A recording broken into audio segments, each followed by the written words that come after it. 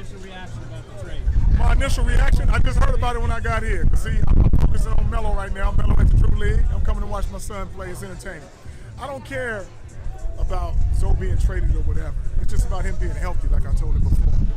You know, everybody gets stuck on the fact, I say, oh, he ain't going nowhere. Okay, who cares? As long as he's happy playing, all my boys are being in the NBA. That's all we're worried about, playing. And Lonzo's supposed to be cleared to do non-contact next month? I don't know when he cleared. Okay. He need to clear himself. Don't worry about people to tell you ready to play. Yeah. You got to know if you're ready to play. So I don't worry about people saying, oh, he's cleared to play, he's cleared to do this. Whenever he's ready, and like I said, the main thing this time around is just make sure you're healthy.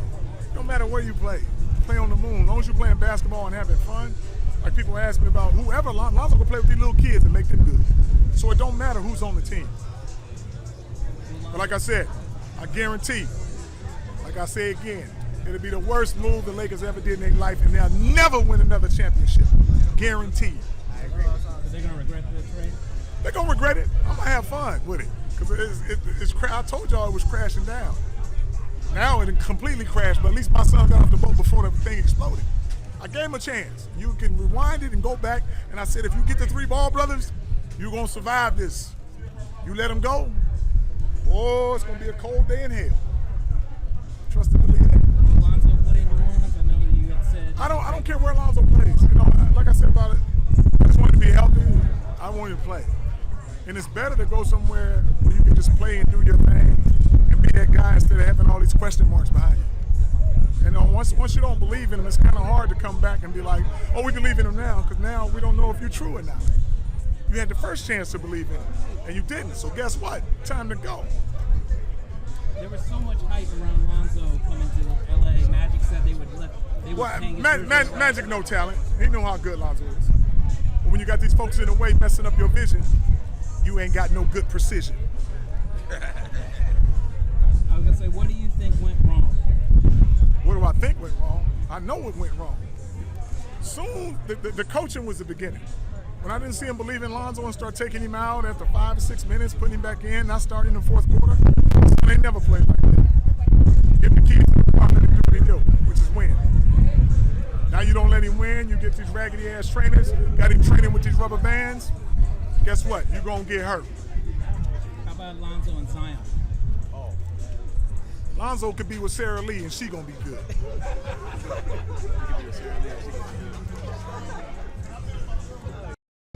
Lonzo with anybody, man, but you give him a young guy, Lonzo gonna groom him, let him know when you get open, you're gonna get the ball. He's gonna make him so much better than what everybody's thinking. So everybody doubting him and saying, you know what, you don't have these post moves, you're not polished, you're just a good runner, athletic. Lonzo will fine tune him. I mean, he'll give him the ball early where he can do his thing. And if you know you're gonna get the ball most of the time, you're gonna outrun everybody and run everybody over. It's a game of mismatches. Do you wish you could have seen what could have happened with Lonzo and the Lakers and see how that would have Do I wish? Nah, I don't wish on nothing. I do everything. I don't be like, oh, I wish that would have happened. I wish that would have happened. Nah, the road that's taken, this is what had to be done.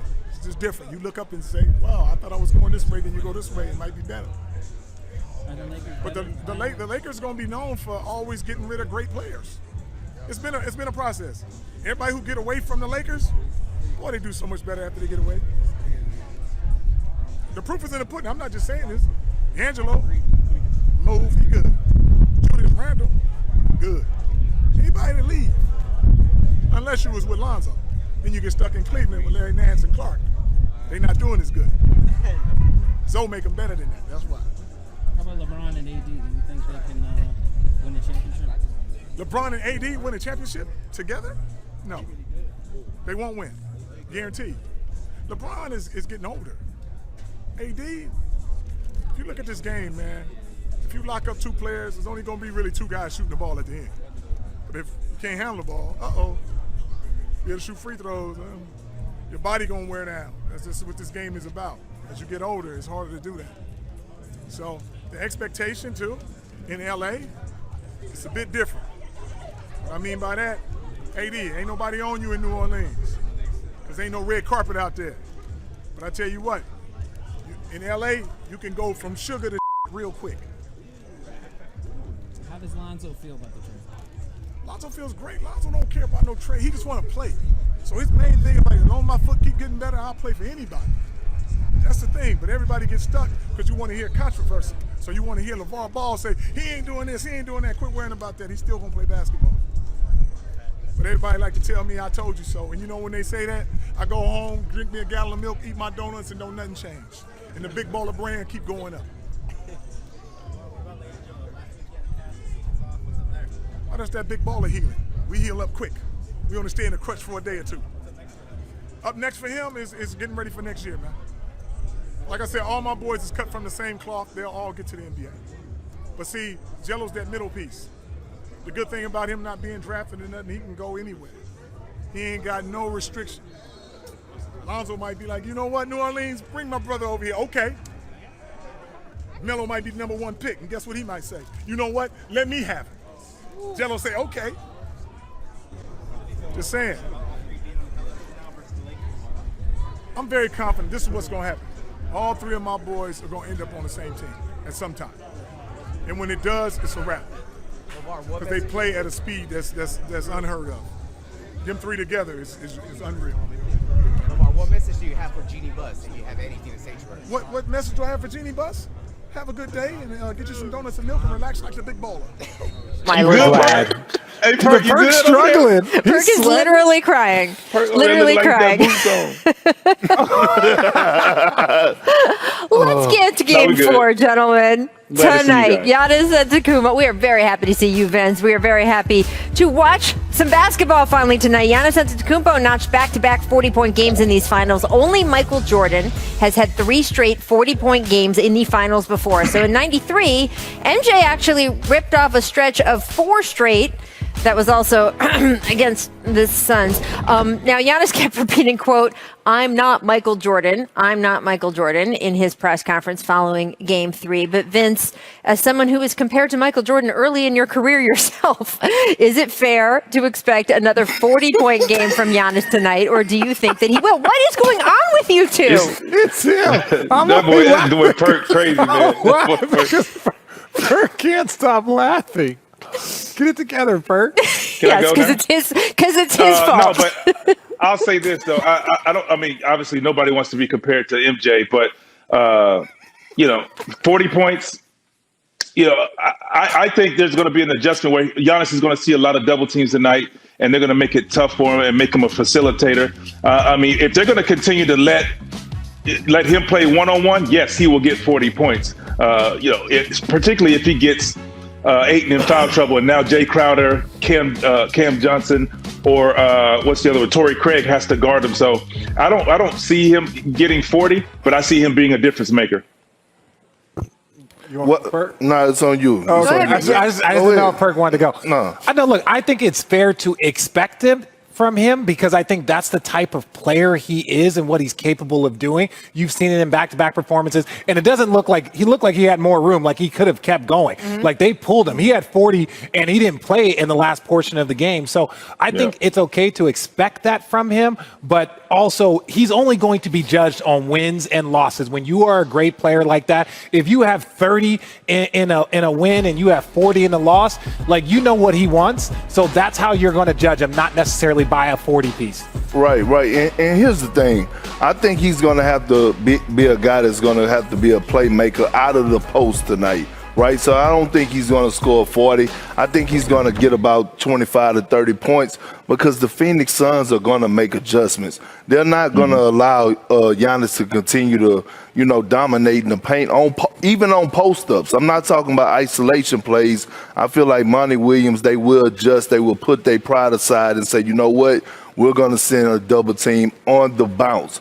Once he put the ball down, we're going to send a double team, get the ball out of his hands and scramble. So tonight he's going to have to be a playmaker, but he's so gifted, Perk. he's so talented. What's up, VC? Hey, Perk, I would like to see the ball go double in the air, to see if he can make plays on that instead of, sometimes you get the ball in the bounce. You get time to assess, like, all right, I'm a bouncer, here he comes, and I can make the play.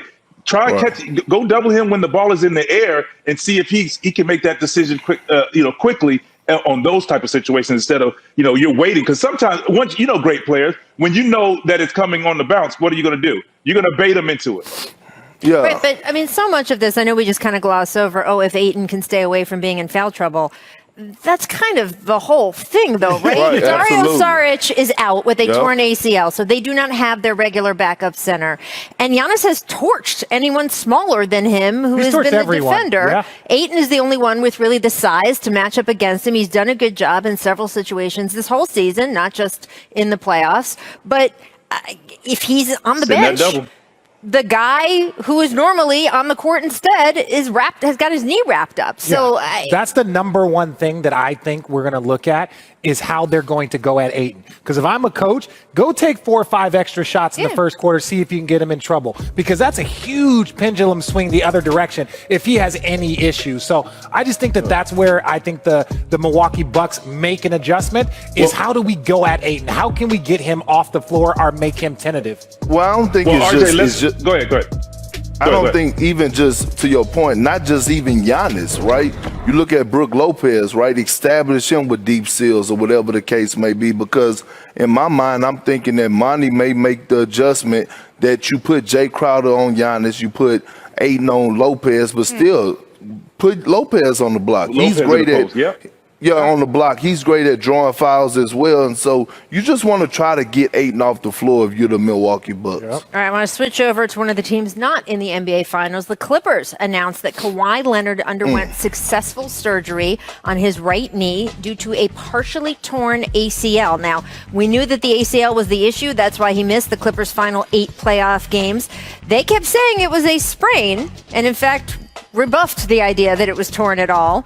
Apparently, it is a partial tear. Now, we don't know what that means in terms of a timetable for his return, but Leonard has a player option for this next season, and here are his contract options. So he can opt out, still re-sign with the Clippers, right? He could opt in and sign an extension with the Clippers, and you can see that number is 182 compared to 176 above No difference. it. And then He could re-sign with the Clippers for just 1 season, and then set himself up for that 5-year max the following season. Or he could opt out, of course, and not re-sign with the Clippers at all and go sign with another team. So do you think, Richard, this injury and the fact that we don't know if he's going to be out 6 months now after the surgery, what it will be? I mean, literally, it could be 4 months, 6 months, 9 months. We don't know the severity of the tear. What do you think, though, given that it's going to be something? Well, I think that make him more likely to pick? Well, I think superstars are immune from having to worry about whether or not there'll be a market. Kawhi Leonard is box office one of the best players in the league. And I don't want to count somebody else's money saying this is what you should do. But given that you have had multiple knee surgeries, ACL, you've had I think it was a patella tendon that he had in San Antonio. So you start to look at long-term security. And so if you get an opportunity to sign a 4-year deal, the only thing about this, and Blake Griffin showed us this, you've seen it with Russell Westbrook, Chris Paul, once you sign these big deals and you're locked in, now all of a sudden the team is like, well, we don't like what we see. We're going to ship you to Detroit. Yeah, but I don't see that happening with Kawhi, right? He's 30 years old. I feel like he will bounce back. And when you look at this injury, a partially torn ACL and tearing your ACL completely, it's still the same time for as recovery-wise. I think. Well, how long was yours? Mine was 7 months. So it's 7 to 12 months, right, to come back. And we all know that Kawhi likes to take his time coming back, and no one is going to rush him back. So if I'm Kawhi, you got to ask yourself, where are you going, right? He's going to get his money. Steve Ballmer is going to pay him. They love him in the Clippers organization. But at this point, where are you going? And then if I'm Kawhi, after I went down, I'm looking at the Clippers and I'm looking at what they did after I went down, especially Paul George, and I'm like, oh, they fought to the end. I want to be a part of this. You saw what T. Lue was able to do. You're not going to go play for a better coach in the NBA, so you got to keep a cool booty and stay still. I like it. I hear you. But, I agree with both of you because I tell you this, does he want to rehab somewhere else? Does he want to be home? Well, he wanted to be home. He wanted this team. He created this team. He put this team together. So now what do you want at this point? They put themselves in a situation where if he was playing, they're probably in the finals. I think we all can agree with that, right? Yeah. Nobody? I can see that. Okay. I can see that. I can see that. Yeah, that's what I'm saying. I mean, they took them to 6 games with him. Just imagine if Kawhi's there, averaging 30 points a game doing what he does. So, I mean, at the end of the day, like you said, Perk, I agree with you. What do you want? What are you trying to accomplish now? Do you want a new location, new scenery? You said you wanted to be home. You're home, and you get to make the decision. That's a player's dream. You get to be home and be a part of the decision making and guys coming in. So I think at the end of the day, exactly, boy, that looked like RJ out there. No. Okay. Vince, I totally agree. That's a stretch, Vince. And Don't look, give him that much. Don't give him that much. My bad. Please, dude. Please. I'm just saying. That looked like Vince Carter. Yeah, that's what it looked like. I certainly think the question is more of what kind of deal they want to put together than is he leaving, but we'll see. Look, this is the NBA. You never know what's going to happen next week, and that's certainly true in the offseason. I want to get real quick, though. Regardless. Exactly. I want to get real quick to Team USA because they had another exhibition game last night. They rebounded after consecutive losses. They blew out Argentina by 28 points. You were seeing this sick dunk from Zach LaVine, but there was also a great photo posted pregame from Bradley Beal's wife. Take a look. Look at all this. Yes, the future generations of USA hoops, right? And by the way, with all of the sons of NBA players that are now current NBA players, this is no joke. Like this photo, my bet is that an NBA player is in this photo. We just don't know which one yet, if right? Not two. Yeah. If not two. Amen, right? Yeah. So, Vince, you're calling the Olympic Games this year. You're leaving for Tokyo in just a few days. How confident are you in Team USA, given what you have seen, not just last night, but the previous two games, which they lost unexpectedly? Well, I think they can get the job done. It's not going to be easy. I think they can score with anyone. But my issue and my question is defensively, what are you going to do? And it's not even in the post. It's the perimeter. You have to protect the three-point line, and on the dribble drive into your paint can't happen. When you're allowing Patty Mills to get into your paint and get layups at the front of the rim, that is a concern, point blank period. So I think giving up the three-point shot had them flying out, which allowed dribble drives and easy baskets. So in my opinion, if you can't defend, you're going to have a rough road. But what I like that Pop did, and I hope you guys agree, or I'd love to hear what you guys think about this, Pop made the decision to put more scoring on the floor. He put more scoring on the floor, adding LaVine, and he moved Draymond to the bench. He's the Swiss Army knife in this, where you can implement him wherever's needed. If you need a big or somebody to score, if you're struggling, you implement him and let him run your offense and let your other four guys score. So they needed scoring early, and I think they're going to switch regardless. Their defense is going to switch regardless. So you might as well have scoring with that switch in defense, and then you just kind of move guys in front. And then you have to understand who is going to be your go-to guys. Obviously Durant, Damian Lillard, and then probably Bradley Beal, and then Booker when he gets back, and then you kind of figure it out from there. Yeah, I mean, look, I'm not confident at all to be 100 with y'all for the simple fact that I'm not about to overreact to them beating Argentina last night. They were playing Luis Scola. He's older than me. He's 40 years old, okay?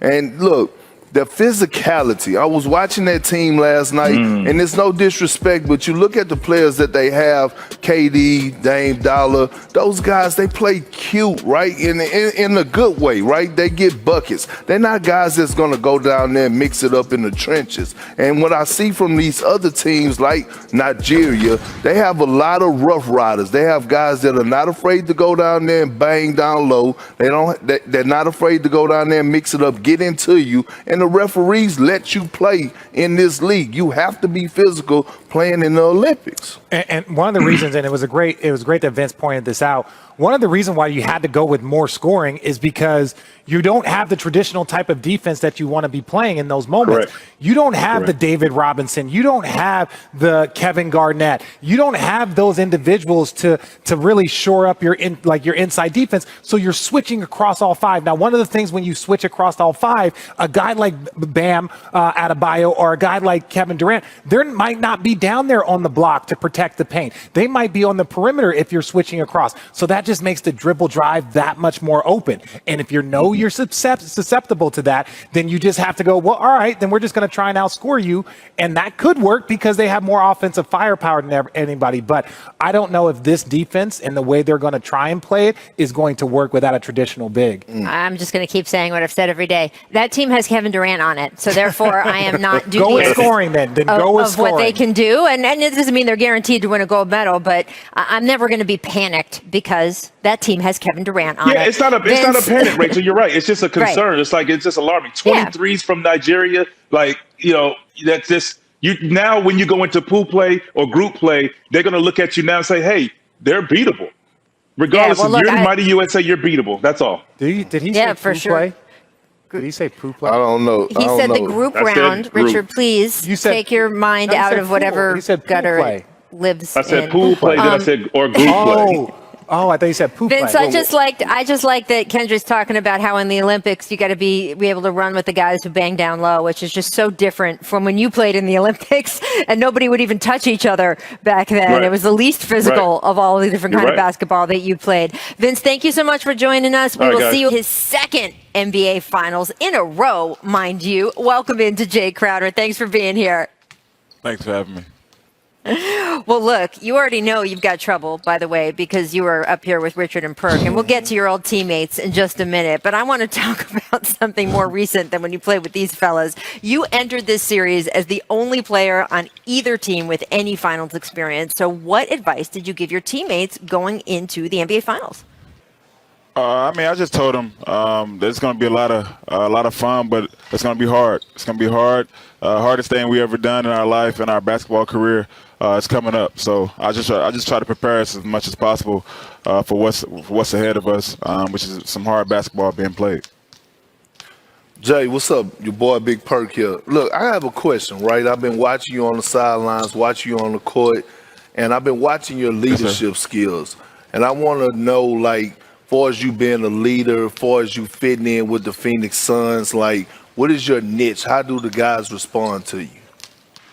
Perk, honestly, when I came here, I just put the work in, and I think I got the respect out of the younger players just by working hard and approaching every day how it should be approached, and that's just by working.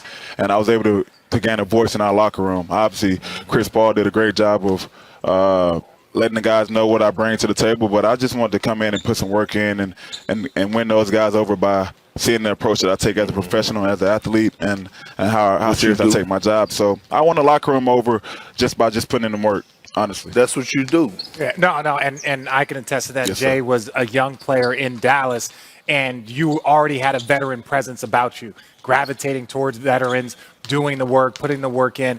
But I want to talk about last game, 6 for 7 from 3.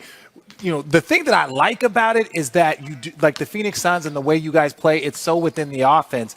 But the other thing I don't like about it is that I wish you would have shot a few more times. How do you stay within yourself, but also make sure that you're doing it within the balance of the offense?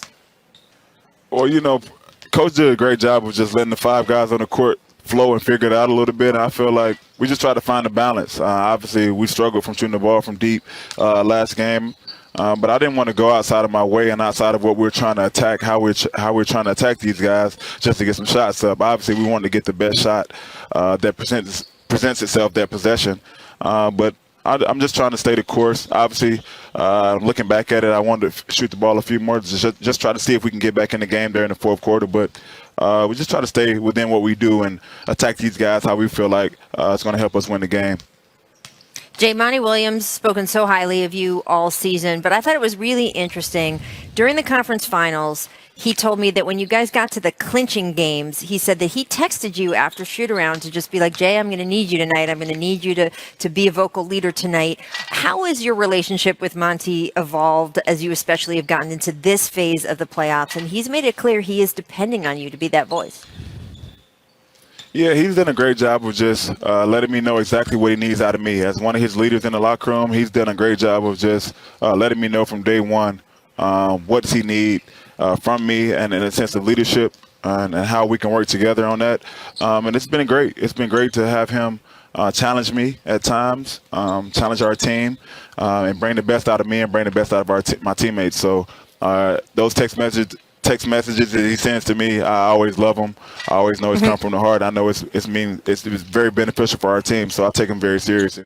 Hey Jay, you know I like a little controversy and a little beef, and I feel like I did a good job. And I feel like I did a great job of raising you. And look, I saw you and Bobby Portis getting into it. Y'all having a little exchange. I just want to know what the beef was about and who was ready to make hamburgers. I told. Perk, I told Bobby Portis how I felt about what he was, all that yelling and stuff he was doing on the court. I told him he can't guard nobody. He's just having fun, but just competitive trash talk. I respect Bobby and what he done. He had a great game 3. He affected the game in a lot of different ways, and just competitive trash talk. I respect what he brings, but at the same time, I'm going at him. And I'm going at all those guys over there. So that's all it was. That's all. That's all it was. Some of it. Can you just can you answer me a question? We're gonna talk about that's all it was. The salsa dancing that you did on our boy Bron. Can we talk about that though? Don't get me wrong. Can we wait till after? No, because that has nothing to do with this series, man. I'm talking about the salsa dancing that you was doing, Jay, because people don't understand. That it was not disrespect. That was just, whatever you going to say to me, because they was doing a lot of dancing on the sideline. So this is my first chance to talk to you about it. All it came from is, I don't know if y'all remember Game 3. We did. On the sideline, Game 3. Sidelines, yeah. And that ruffled a lot of feathers on our side, and that gave us a little extra spark of motivation. That's all it was. And we was chasing that last 30 seconds. And if you know what that means, that means that last 30 seconds when those guys are done, we was chasing that feeling. And once we got it, you saw the rest of it. You saw the salsa dancing, you saw the trash talking, but we waited until that last 30 seconds of defeat and to let our trash talking do the talking, and that's what you saw. Well, Jay, the two messiest guys in the world, we see everything. We do. I was about to say, you have been teammates with each of these men, and the fact that you have survived that experience and made it to 2 straight NBA finals on top of it. I think that goes on your list of accolades. Just, I survived Kendrick Perkins Rachel. and Richard Jefferson. Hall of Famer, the Big O, Mr. Oscar Robertson. Yes. Thanks for being back on the jump with us. So happy to see you. Thank you very much for having me. Great to be back. Absolutely. Look, I want to know, as you are now, by the way, as you and I are speaking, you are headed to the city of Milwaukee. You will be in tonight's game. What will it mean to this city if this Bucks team can climb back in and actually win this NBA Finals? It'll mean a lot. I think it'll mean a lot for basketball because it's very seldom that small towns or small cities win championships. And with the team they got now, I hope they can get it done. I just hope the Big Greg gets some help. Well, Big O, it's an honor to be on with you right now. This is Kendrick Perkins. I want to know, what are your expectations for the Bucks in Game 4? I think the Bucks are going to play well, but I think Phoenix is going to play well. It's going to be a shootout match, and that's what I said before. I just hope that Giannis can get some help. Because Middleton's got to come to play and Holiday. But what about the guys off the bench? They got to make a contribution as well. Because I think that the players that Phoenix has, they got some real good basketball players that we haven't heard anything about at all, but they can put the ball in the basket. No, that's true. Big O, Richard Jefferson here. And speaking about Phoenix, I wanted to talk about Chris Paul for a second. You guys both won championships a little bit later in your career. What did that mean to you, and how do you think that will impact Chris Paul as he continues to move forward, being in this position so much later in his career? Did it mean more for you because it was towards the end? I don't know about Chris Paul, but I'd say that it shut up a lot of writers and radio guys who said, "Oh well, Oscar's playing great, but he hasn't won a championship." But I didn't have great trade to going to Los Angeles and Bill Russell going from St. Louis to Boston and all those key things, because in order to win a championship in basketball these days, you got to make a key trade. There has never been a championship without a key trade being made somewhere along the line, and people forget that. No, you are absolutely right. Look, we've talked, Oscar, you and I, a bunch of times over the last couple of years about the triple-doubles. Russell Westbrook broke another one of your triple-double records just this past season. But I think we need to be paying a little bit more attention as a league and as fans to the fact that you were the most accurate shooter of your era by far. In fact, when you retired, you were second all-time in true shooting percentage. Today, you rank just behind guys like Larry Bird, Michael Jordan in that category. So I look at today's NBA and today's game and all of the shooting that we see, and I just want to know what you think you would have been like in today's game with the three and just that green light to shoot all the time from coaches. Well, to me, the game today is a one-on-one basketball game, and if you have command of your dribble and you can shoot, then I think you can get it done. I looked at some of the rookies coming into the basket last night on television. Man, that's all they're shooting on 3-point shots. But when I came up, tell these guys, my coach wouldn't let me take long shots. Man, he made me take certain shots. He said, if you shoot the ball too far on the floor, I'm not going to play.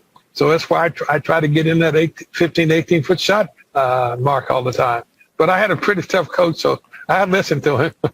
Mr. Jefferson here. And speaking about Phoenix, I wanted to talk about Chris Paul for a second. You guys both won championships a little bit later in your career. What did that mean to you, and how do you think that will impact Chris Paul as he continues to move forward, being in this position so much later in his career? Did it mean more for you because it was towards the end? I don't know about Chris Paul, but I'd say that it shut up a lot of writers and radio guys who said, oh, well, Oscar's playing great, but he hasn't won a championship, But I didn't have great trades going to Los Angeles and Bill Russell going from St. Louis to Boston and all those key things, because in order to win a championship in basketball these days, you got to make a key trade. There has never been a championship without a key trade being made somewhere along the line, and people forget that. No, you are absolutely right. Look, we've talked, Oscar, you and I, a bunch of times over the last couple of years about the triple-doubles. Russell Westbrook broke another one of your triple-double records just this past season. But I think we need to be paying a little bit more attention as a league and as fans to the fact that you were the most accurate shooter of your era by far. In fact, when you retired, you were second all-time in true shooting percentage. Today, you rank just behind guys like Larry Bird, Michael Jordan in that category. So I look at today's NBA and today's game and all of the shooting that we see, and I just want to know what you think you would have been like in today's game with the three and just that green light to shoot all the time from coaches. Well, to me, the game today is a one-on-one basketball game, and if you have command of your dribble and you can shoot, then I think you can get it done. I looked at some of the rookies coming into the basket last night on television. Man, that's all they're shooting on 3-point shots. But when I came up, tell these guys, my coach wouldn't let me take long shots. Man, he made me take certain shots. He said, if you shoot the ball too far on the floor, I'm not going to play. So that's why I try to get in that 15 to 18-foot shot mark all the time. But I had a pretty tough coach, so I listened to him. Well, Big O, far as a former player like yourself, winning the gold medal in the Olympics in 1960 and being a straight shooter, can you tell me right now, do you see this Olympic team, Team USA, winning the gold medal this year? I think they can win a gold medal, but I tell you what they have to do. Instead of worrying about shooting up threes, want to guard somebody. That's how they're going to win. That's how they're going to win. You got to play some defense on these guys because they're not used to being played very hard, because that's the type of ball they play. They want to shoot too. Get in front of them. Bump them a little bit. Make them work. Box them out on the boards. So that's how you win basketball games. Mm-hmm. Yeah. Well, Oscar, we'd love when you come visit with us. The fact that we are literally getting you in your car driving to the game is